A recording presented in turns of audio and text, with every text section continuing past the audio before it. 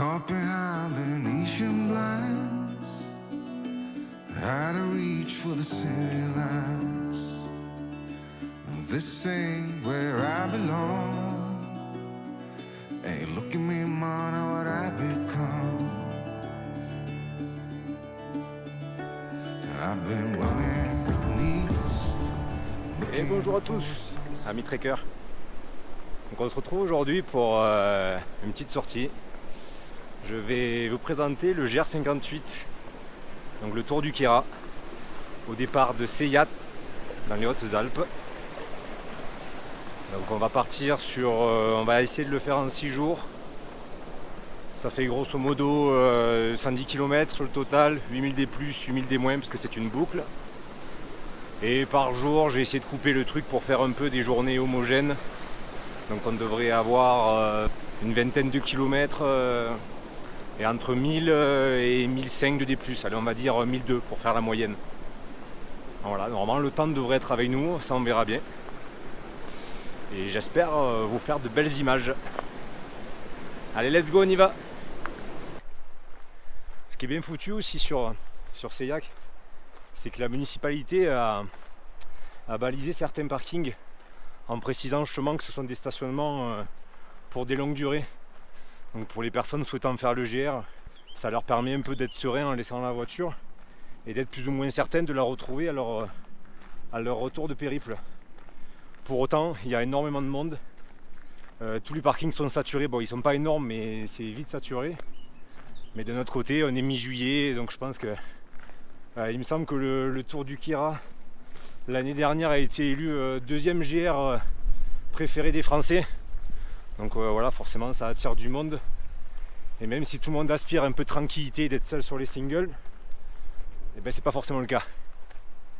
On verra bien. Pour ce qui est de l'étape du jour, le but c'est de rallier Saint-Véran depuis Seillac par le col des Estronques. Et pour ce qui est du bivouac ce soir, je pense que je vais dépasser un peu Saint-Véran de quelques kilomètres et installer le camp au niveau de la chapelle de Closis. Comme ça je serai un petit peu hors village, je pense que je serai un peu plus tranquille. À côté d'un cours d'eau, je serai peinard.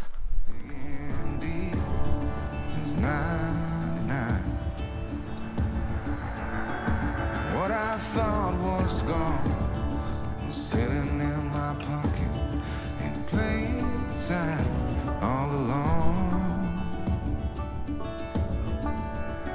I think it's time for me to go burn all bridges. All I know, I got lost along the way, fell between the foam, pulling stitches. Time to let go, so come what may.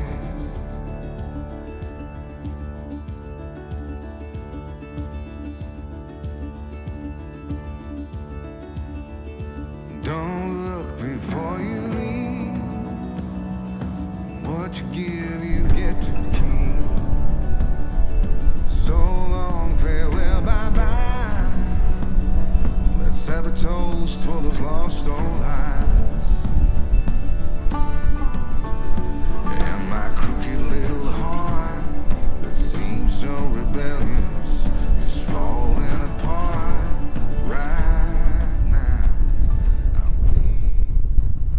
Bon, je sais pas si on va m'entendre, mais voilà, on est arrivé au col des Estronques. Donc col des Estronques, check. Il y a un putain de vent. Et là, grosso modo, on s'est fait presque 950 D+, en 7 km. Donc ça grimpe un peu là. Donc maintenant, direction Saint-Véran.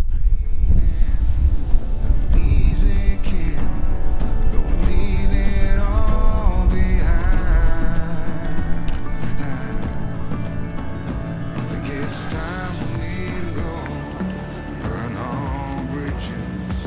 All I know, I got lost along the way, fell between the fold, pulling stitches.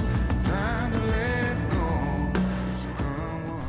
Boubou, passage à guet. Passage à guet, boubou. Attention vos chaussures. Concours t-shirt mouillé, bou bou bou. Et t'imagines un peu quand même le courage qu'elles ont, ces petites fleurs, de pousser ici, dans ce milieu hostile. Elles sont toutes seules. Ah ben non, finalement, elles sont pas toutes seules, elles ont plein de copines. Et Marilyn, dis pas de conneries s'il te plaît. Il paraîtrait, il semblerait, que le village de Saint-Véran soit le village le plus haut d'Europe. Alors évidemment, ça me trottait et puis j'invente rien. Donc je suis allé sur Wikipédia, la Bible de la vérité, et il semblerait en fait que ce ne soit pas vrai. Parce que Saint-Véran, au niveau du centre-bourg, il est grosso modo à 2030, je crois, 2030 mètres d'altitude. Et pour le coup, ils mettent en avant que la commune de Tignes, en Savoie, et également deux villes dont je ne me rappelle plus le nom, qui se trouvent en Suisse et en Italie, ont des centres-villes qui sont plus hauts que cette altitude de 2030 et quelques. Bon, après pour le coup, Saint-Véran fait donc quand même partie des villages les plus hauts d'Europe, mais ne peut pas avoir le Graal de la première place. Voilà. Si vous en battez les couilles, c'est pareil, mais vous en faites un peu ce que vous voulez. Allez, à plus tard!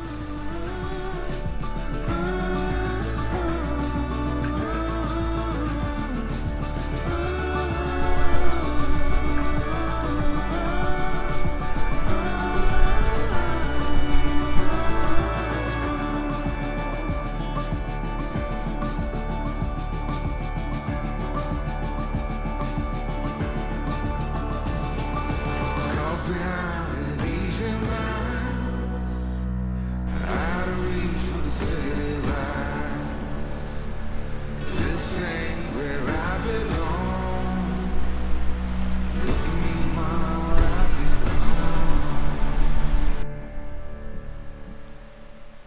Bon, du coup, il est 18h30. Donc initialement, je devais faire le bivouac au niveau de la chapelle de Closis, donc environ combien 5 km, 6 km de Saint-Véran. La problématique, c'est qu'il y a pas mal de vent. Alors pour le coup, le ciel est vachement dégagé, mais ça souffle quand même pas mal. Et au niveau de la chapelle, en fait, c'est la limite un peu avec la forêt, il n'y a plus d'arbres qui poussent. Et du coup, j'étais plein vent, quoi, plein fer, je le prenais. Du coup, j'ai décidé de faire machine arrière. Je suis revenu sur mes pas et j'ai trouvé un endroit qui n'est pas forcément idéal. Mais vu que ça commence à bien grimper, pour trouver un endroit plat, c'est pas forcément évident. Donc je pense que ça fera l'affaire. Il y a le ruisseau juste là-bas, je pense que pour la nuit ça va bien me casser les pieds, mais bon. Et du coup pour la synthèse du jour 1, parce que je crois qu'en termes de D+, là sur 19 bornes et 21 bornes, ça me donne 1005 à peu près. 1005 de D+, pour 900 de D-, donc c'est pas forcément mauvais. En sachant qu'au niveau, donc au départ de Seillac jusqu'au col des Estronques, je me suis facilement tapé 900 à 950 de D+, sur 7 km, donc ça a bien fait le mur. Voilà, douche maintenant.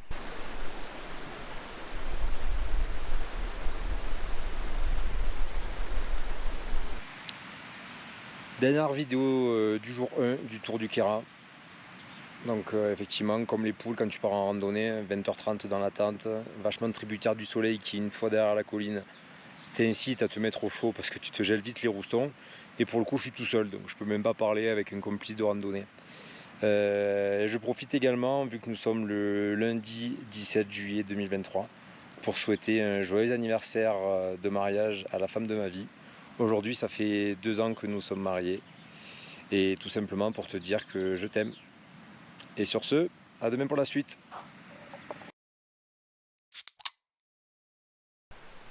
Et c'est le jour 2. Donc au programme de la journée, col de la Chamoussière, pain de sucre, 3002, col vieux, et puis ensuite redescente sur l'Échalpe, c'est juste un peu avant Ristola. Donc une belle journée qui nous attend. C'est parti.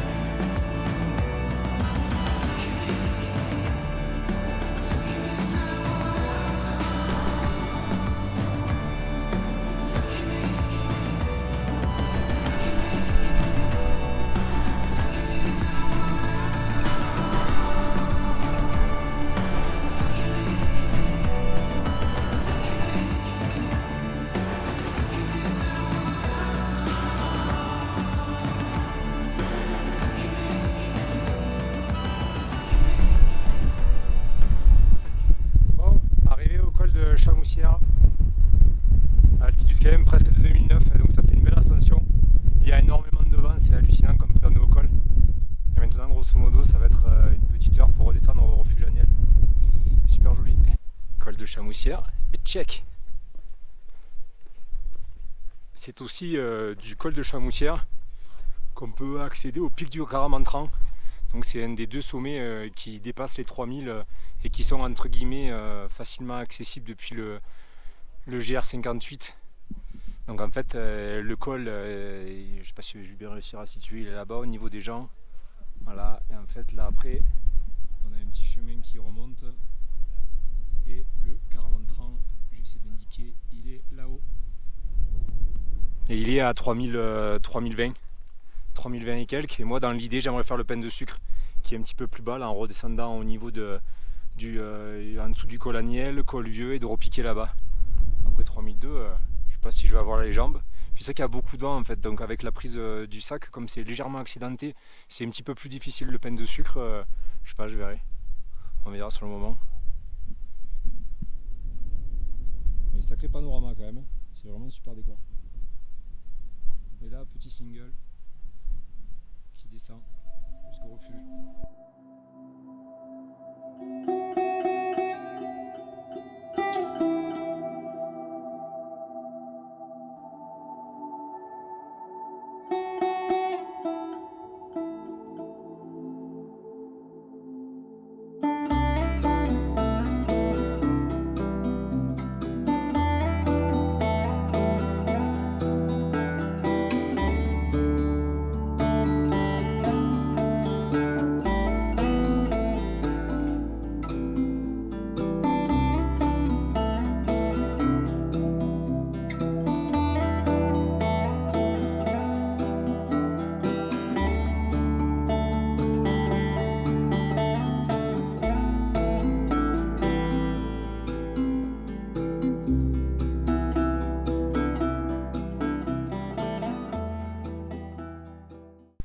Petite bière de midi au refuge Aniel qui fut fort sympathique.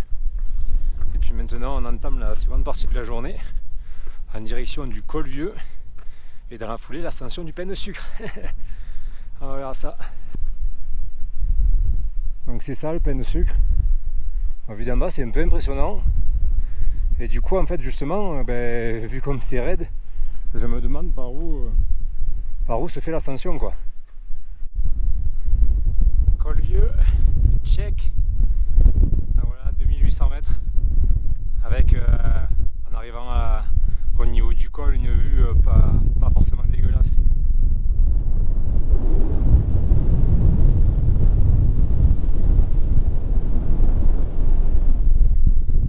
Mais ça on verra après, parce que nous ce qui nous intéresse maintenant, Pain de Sucre. Eh ouais gros, jambe guimauve, allez c'est parti. Oh JJ, est-ce que ça serait pas un peu minéral comme environnement? Ça devrait te plaire. Spécial dédicace. Ça y est, on est au sommet du Pain de Sucre, à environ 3200 mètres d'altitude. Depuis le col Vieux, il y a à peu près 400 des plus, et en plus en plein pierrier, le sentier il est bof, donc c'est pas terrible quand même. Sur la fin c'est presque de l'escalade, les bâtons il faut les caler quelque part. Juste derrière mon épaule, le mont Viso derrière. Par contre c'est vrai qu'une fois en haut, la vue est à couper le souffle.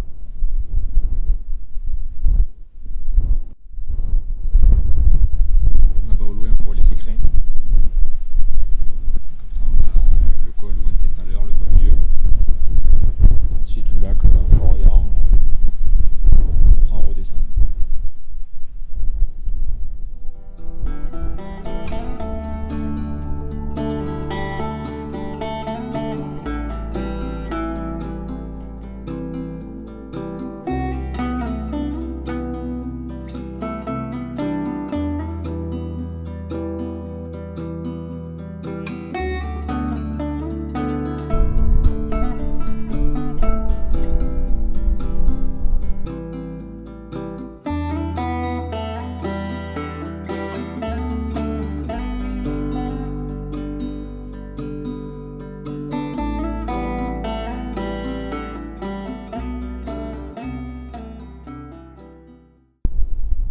Même le col de Chamoussière, par où on est passé ce matin, Vu d'ici, on dirait un petit bébé quoi.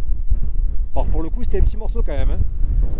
Alors les gars, pour la descente du Pain de Sucre, je me suis envoyé dans, c'était pas un sentier, je sais pas, une falaise. Laisse tomber, je me suis gagué. C'était un toboggan le truc. Bon, pour le coup, lorsqu'il y aura la trace GPX de fin de sortie, ne suivez surtout pas mon itinéraire retour de la descente du Pain de Sucre. Sinon, vous allez vous faire des frayeurs. De l'autre côté, le sentier il est tellement pourrave en fait que c'est, tu te perds en fait en descendant. C'est vraiment la misère quoi. Chacun fait un peu sa trace. Des fois, il y a des vieux balisages. Enfin bref, gaffe.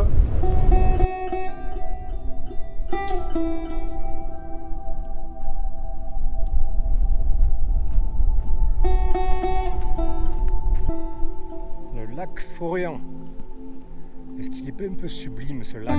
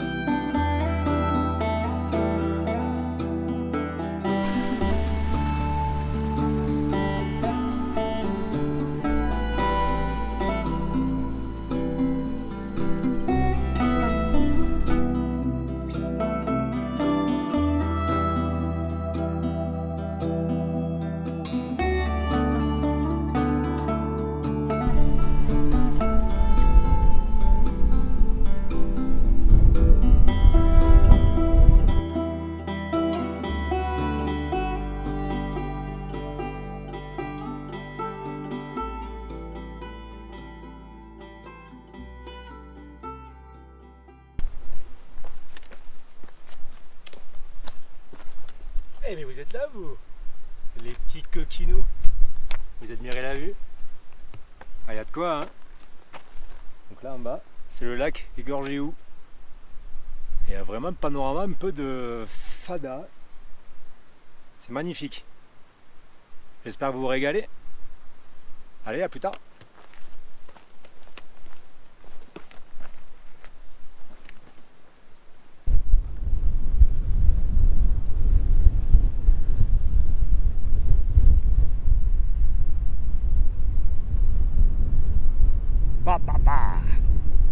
Toute beauté.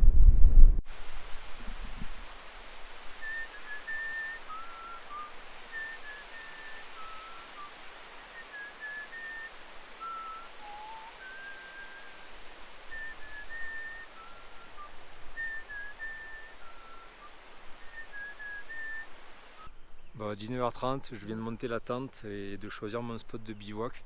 Donc ça a été un petit peu compliqué dans le sens où initialement je voulais aller plus bas mais j'étais un petit peu sec et je voulais rester au niveau du lac Égorgéou et il y avait beaucoup trop de tentes donc en fait c'est pas vraiment génial donc je suis un peu descendu et je suis juste en dessous du lac d'Égorgéou en fait quand on va descendre dans la vallée après vers l'Échalpe. Donc grosso modo journée sympa au niveau de la synthèse de la journée. On est parti sur une vingtaine de kilomètres encore, j'ai pas le décompte précis parce que la montre Garmin elle est jamais vraiment précise. Et par contre en termes de dénivelé, sur le dénivelé positif on est à 1200 mètres et sur le négatif on est à 1300 mètres. Donc c'est pas trop mal, surtout qu'après dans le parcours j'ai fait l'ascension du Pain de Sucre. Et le Pain de Sucre grosso modo il y avait 400 D+, et 400 D- depuis le col Vieux sur peut-être 3 km. 3 km aller, 3 km retour. Donc 400 D+ sur 3 km, c'est pas trop mauvais. Les gens me tirent un petit peu, donc le spot n'est pas forcément dégueulasse. Le lac ça aurait été sympa aussi, mais un peu trop de monde. Puis là il y a le torrent un petit peu loin, j'ai pu me faire ma petite toilette comme d'hab. Et ouais, je suis content du spot. Je suis à côté un peu des bois, justement je suis descendu. Et ça me protège du vent. Parce que là, depuis le début, j'ai pas à me plaindre, il fait super beau, mais il y a un zef de fou tous les jours. Et c'est un petit peu chiant, mais bon, je préfère ça que la pluie. Et bien sur ce, une bonne nuitée, et je vous dis à demain pour le jour 3. Bye bye. Voilà, voilà amigos, c'est le jour 3. Mon programme de la journée. On est juste en dessous du lac d'Égorgéou où on a passé la nuit. Donc on va descendre, direction l'Échalpe, c'est juste un peu avant Ristola. De là on va quitter le GR, on prend une variante qui je pense est plus sympa parce que le GR initial en fait suit la départementale en fond de vallée à Ristola. Donc moi juste un peu avant Ristola, je prends la variante qui est signalée sur Iphigénie ou sur les cartes en direction de la crête de Gilly. Et donc après je fais la crête de Gilly, je repique après sur le GR officiel, je redescends sur Abriès et de là à Briez je pars en direction des lacs du Malrif et je pense que j'établirai mon bivouac entre Abriès et les lacs du Malrif. Je pense au lieu dit Libertin, il y a une sorte de bergerie. Voilà, c'est parti. Mon amour, j'ai un message pour toi. Ah oui, je t'aime. Ou alors, c'est peut-être pour ça le cœur. Je sais pas.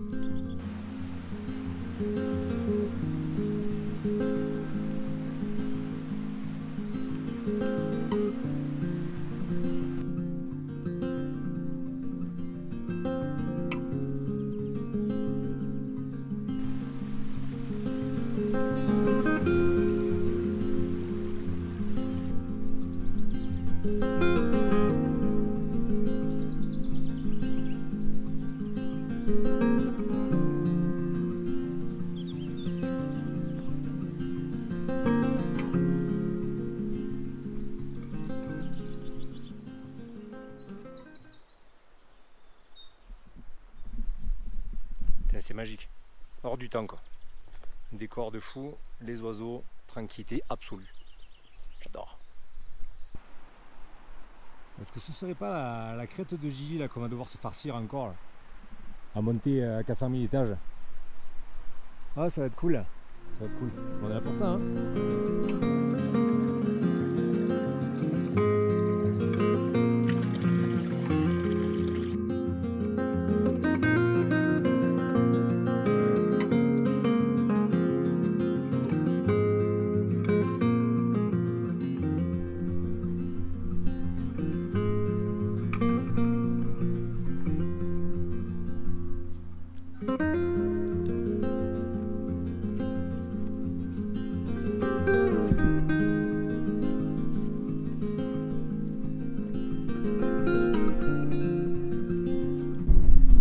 Crête de Gilly, check. Pas une belle ascension là. Et grosso modo, Depuis ce matin, j'ai bivouaqué vers là-bas, là on voit pas trop, c'est un peu brumeux là, nuageux. Tout redescendu, après tout remonter. L'ascension. Et beau panorama une nouvelle fois quand on est en ligne de crête comme ça. Super joli.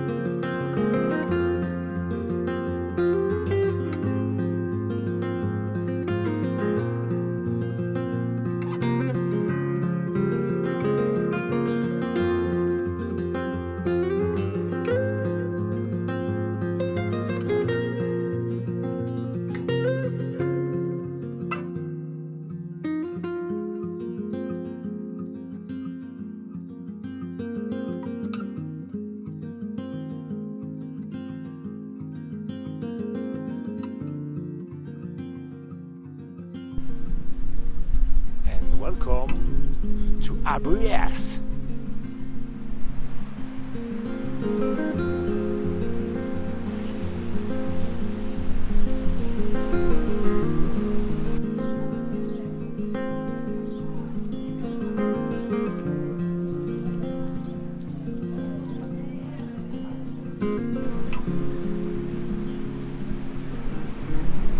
que c'est pas un peu l'emblème des Piatrekers, ça? On dirait, hein?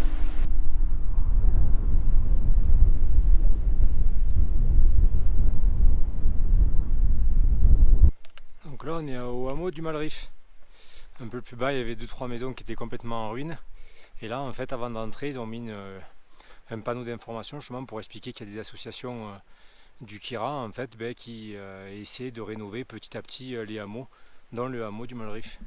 Et pour le coup, ils font des trucs, c'est super chouette. En plus, ça a des endroits, c'est perché en hauteur là. Bon, l'accès se fait que à pattes, mais pour le coup, c'est vraiment extraordinaire. Donc bravo à eux.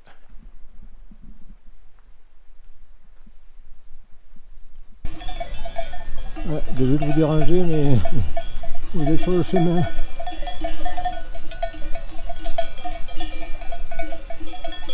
Il est con.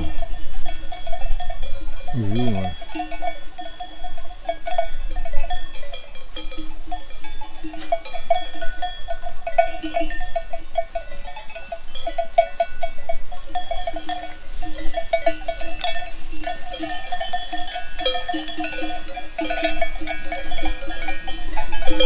Est-ce que c'est pas ça la France?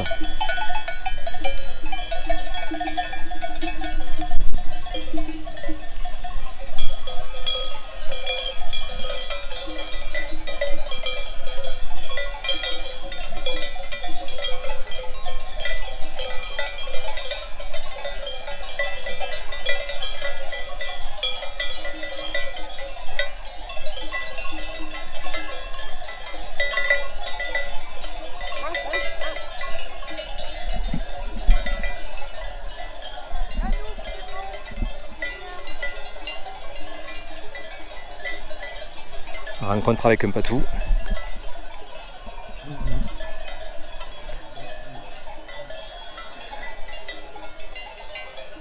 Bonjour. Je peux y aller?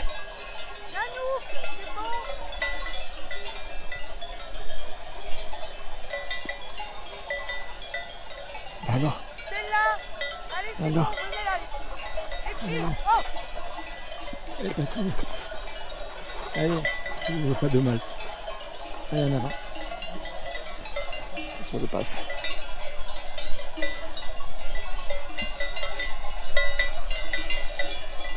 Oh là là, les garçons, c'est dangereux, vous êtes inconscients.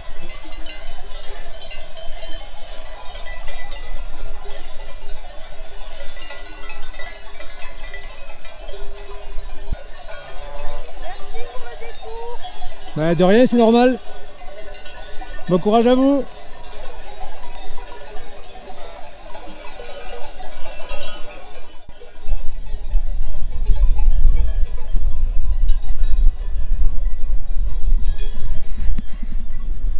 C'est courageux aussi ces bergers. Là pour le coup, une femme de quoi, une trentaine d'années, qui évolue dans des pâtures hyper élevées. Franchement, c'est des jobs pas faciles ça non plus. Force à eux. Et c'est une synthèse de fin de journée de ce jour 3. Donc le bivouac, je l'ai installé en dessous des lacs du Malriff, au lieu-dit Les Bertins, au niveau de la bergerie, si je vous montrerai sur Iphigénie en même temps. Le spot est vraiment sympa, lapsus révélateur, il y a pas mal de plats, juste à côté de la rivière, avec un petit peu de végétation pour protéger un petit peu s'il y a du vent.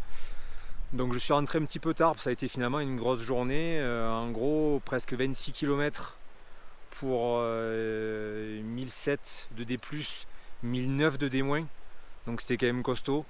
La partie crête de Gilly, vraiment sympa, par contre ça crapahutait bien. Et le retour par contre derrière sur Abriès, pas forcément génial, puisqu'on alterne un petit peu remontée de ski à moitié en travaux, sentier vraiment cassant, hyper raide dans de la terre où on glisse facilement, donc c'était pas vraiment génial. Après je suis allé à Abriès et j'ai fait un petit peu le stock, histoire de me charger le sac parce qu'il n'était pas assez lourd. Mais au moins pour ce soir, en plus du spot de bivouac qui est vraiment sympa juste en dessous des lacs, eh ben, je vais avoir un regain de qualité qui va être phénoménal. Avec le petit sauciflard, la petite tome de montagne, la pompote comme les bébés pour le dessert, bonbon évidemment, la baguette la bière et le coca.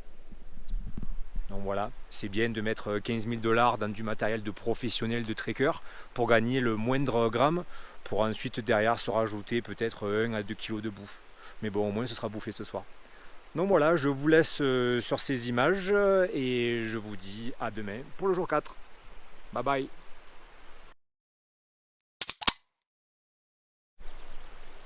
Et c'est le jour 4. Le jour 4 qui commence avec les petits rayons de soleil qui commencent à arriver là dans la vallée, qui est agréable puisqu'il est un petit peu caillé. Programme de la journée, direction les lacs du Malriff. Ensuite ascension jusqu'à un petit peu plus bas que le pic du Malriff. On redescend ensuite sur les fonds de Servières. On remonte au niveau du col du PA, je ne sais pas comment ça se prononce. Et puis ensuite on redescendra sur Soulier, petit hameau de fin d'étape du jour.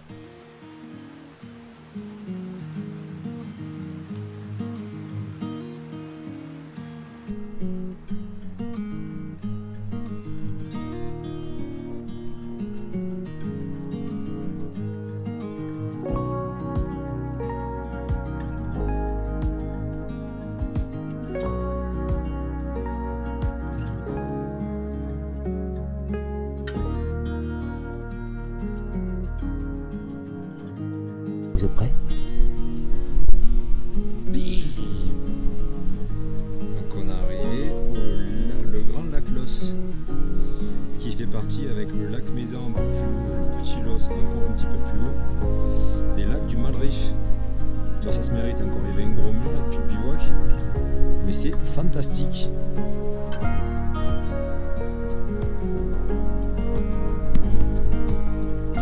Voilà, vraiment pour les autres lacs, pour remonter là-bas, mais sachant qu'il y a le col qui m'attend aussi là-bas, bon, un peu la flemme.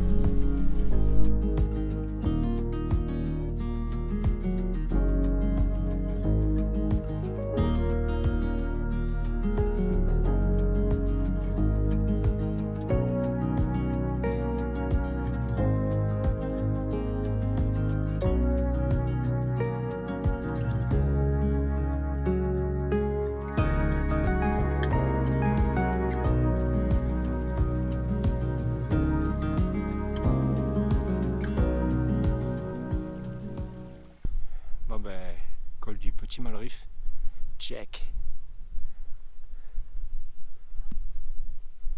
Je sais pas si on va voir là le lac en bas où on était tout à l'heure.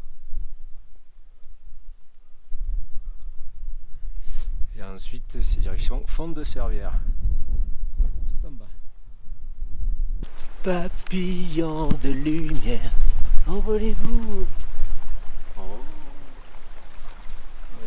Faites quoi là? Hein? Petit papillon. Qu'est-ce que vous branlez? Vous prenez le soleil? Ça faisait longtemps, tiens. Passage à quai. Bou bou bou. Bon, vous comprenez bien que je voulais pas tourner à chaque fois le passage à gué, parce qu'il y en a eu quelques-uns quand même depuis le début du séjour. Voilà. Direction fond de Servières. Putain les gars, vous n'allez pas me croire. Je viens de croiser Filou. Alors, pas un arbre, hein? Pas un arbre, pas un arbre. Bon, ok, Filou. Et plus rien, pas d'arbre, pas un. Et des couines, hein? Ouais, j'aime personne, je veux être tout seul. Arrête de me filmer avec ta caméra de merde, sinon je vais te mettre un coup de poing. Ok, ça marche Filou, désolé du dérangement.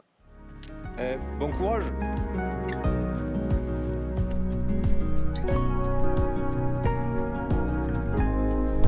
Fond de Servières.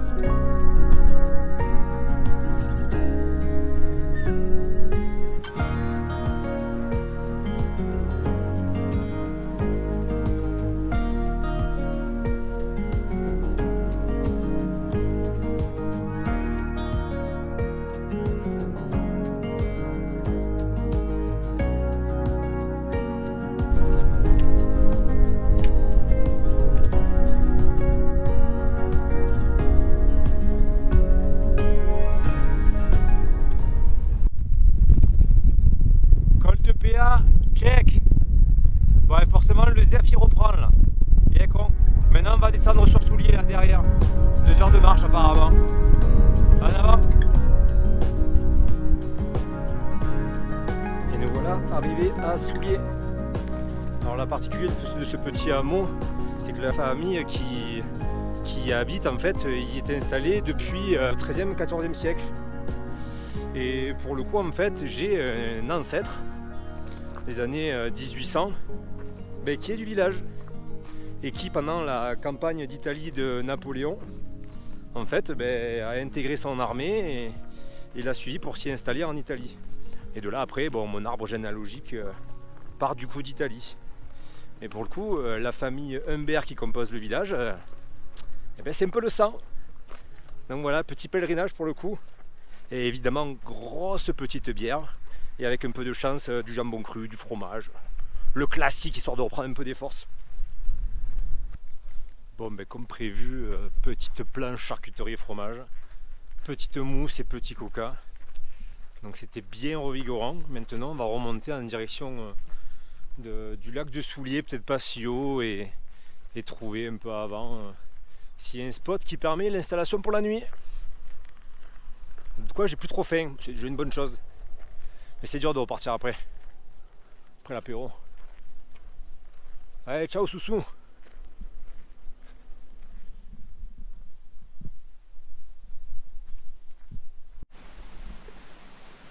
Viteuf, bilan du jour 4, 22 km, 1007 D+, 1005 D-. La redescente sur Souliers est bien cassante.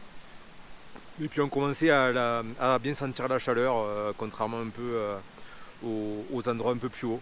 Donc voilà, un petit peu claqué, les pieds en compote, mais on sera dans les temps et tout roule. Allez, bonne nuit et à demain.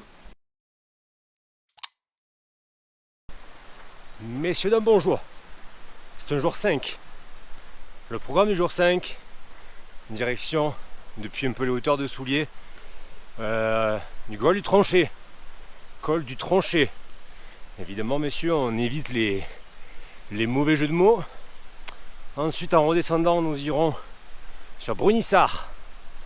Petite agglomération de Brunissart. Nous partons au col de Furfande. Et initialement, je devais stopper là. Mais ça fait une journée à 16 bornes. Je me dis si je peux un peu m'avancer pour demain et de descendre un peu sur Bramous. Donc voilà, on verra. Et concernant hier soir, j'ai fait un peu rapidos la synthèse. En fait, j'étais claqué, je me suis arrêté au pic de Rochebrune, au refuge. Un peu mangé, un peu bu. C'était tard, il fallait que je me rince. Donc j'ai trouvé un spot de bivouac à l'arrache, juste à l'intersection avec le chemin qui redescend au lac de Roux. C'était pas terrible, hein. J'avais d'un côté le canal, de l'autre le ruisseau, humidité à bloc. Mais bon voilà, c'était un peu la seule zone plate qui était sympa pour bivouaquer. Désolé, ça grimpe là de bon matin.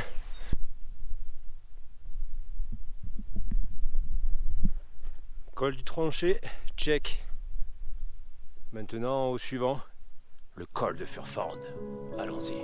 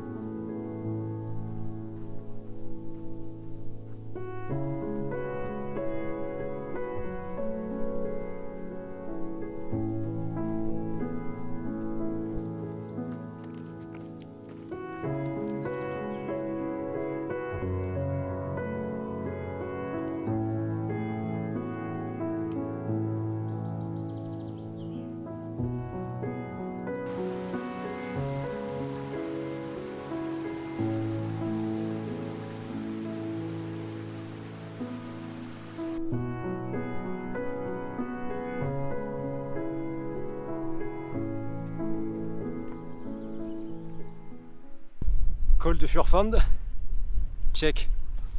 Vraiment sympa, je crois que c'est le seul col parmi tous ceux que j'ai fait durant le séjour qui se fait vraiment tranquillement, quoi. C'est doux, c'est doux. Non, franchement c'est assez agréable, ça change un peu du cassant que j'ai pu voir sur d'autres cols. Là on alterne un petit peu parce qu'en fait il y a une piste carrossable de véhicules qui arrive jusqu'au col. D'ailleurs c'est cool, hein, tu montes pour avoir de la nature, tu as des camions et compagnie. Mais bon, c'est pour l'entretien du refuge.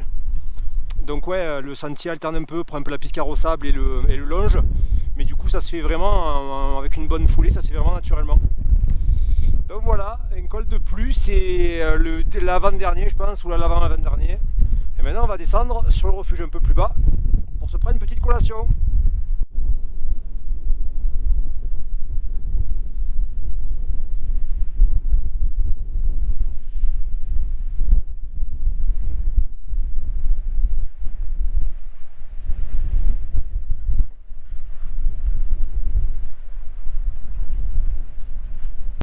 Je suis en train de descendre vers le refuge de Furfand.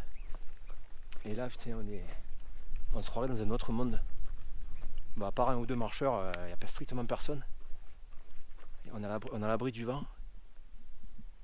Regardez un peu, écoutez.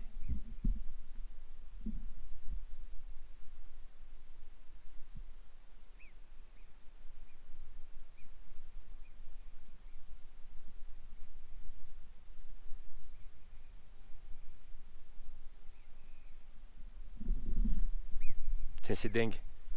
Est-ce que c'est pas ça ce qu'on vient rechercher quand même quand on vient faire des GR? Moi je crois que oui. Hein. Bon, on en chie mais c'est tellement bon. Sortez bordel, sortez. Fritz Cola. Ah, Hamburg. Fritz Cola.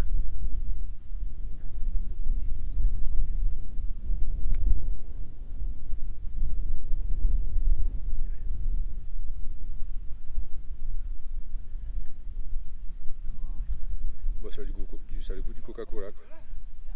Coca-Cola. Est-ce qu'il y a du sucre? Petite gramme de sucre. À la vôtre.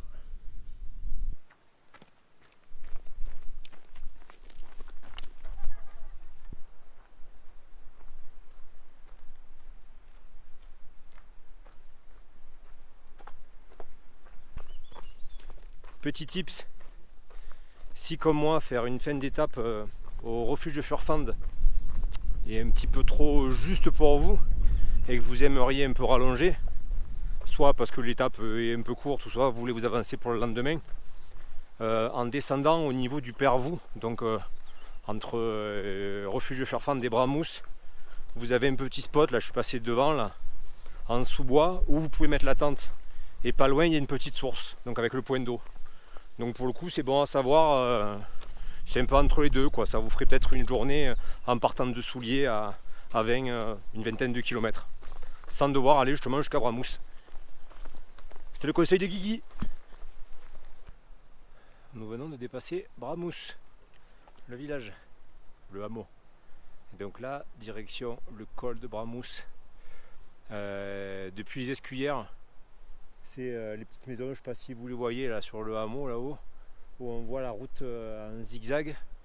Et ben pour descendre de là-bas, il y a un sentier qui a la même gueule que la route, que de la terre, que du dérobant là sous les pieds, infernal pour le genou. Surtout c'est en fin de journée, donc ça commence un peu à s'accumuler aussi là. Ouais, j'ai les genoux bousillés. Donc voilà, gaffe et prévoir les bâtons hein, quand même, parce que c'est un gros plus hein, pour s'aider un petit peu dans la descente. Et maintenant, direction le col et du coup ça rime à quoi maintenant que je plante la tente ici, puisqu'ils annoncent Seillac à 4h quoi. Donc c'est 16h30, ouais ça va faire arriver un peu tard.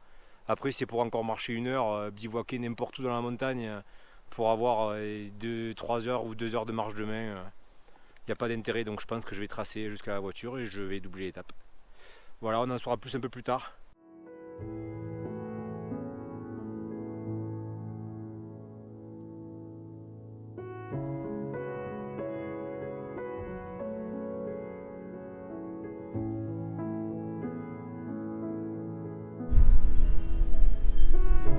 Col de Bramous, check.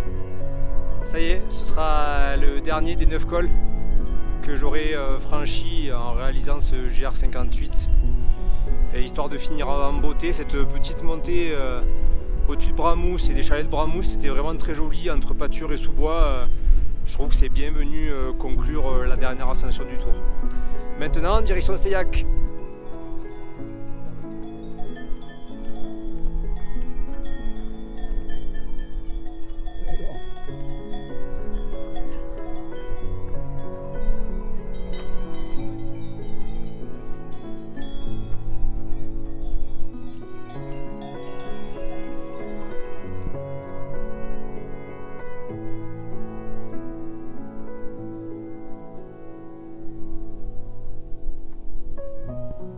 Et c'est dans un seillac crépusculaire que nous pénétrons accompagnés de la lumière des braves, afin de conclure ce tour du Kera en 6 jours.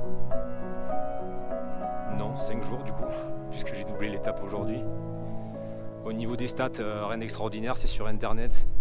130 km environ, 8000 D+, 8000 D-, avec du coup une belle étape aujourd'hui doublée d'un peu plus de 30 km, avec 2300 D+, 2005 D-. Donc c'est quand même une belle étape, je suis content de moi, même si les genoux souffrent un petit peu. C'était magnifique, hein, tout simplement. Je pense que nul besoin de commenter les images, elles parleront d'elles-mêmes. En tout cas, ce trek fut une superbe aventure. J'ai vraiment pris plaisir à vivre tout ça et du coup à partager tout ça avec vous. Et j'espère que ça vous donnera envie de le découvrir par vous-même, puisque c'est un peu le but de la manœuvre. Si vous avez des questions sur le trek, n'hésitez pas, vous les mettez en commentaire et j'essaierai de vous répondre. Et sur ce, je vous laisse dans les mains expertes de Jimmy, qui devrait vous emmener pour une nouvelle épopée en septembre, accompagné de la drôle d'équipe. Je vous remercie du coup de m'avoir suivi et je vous dis à très bientôt. Ciao ciao.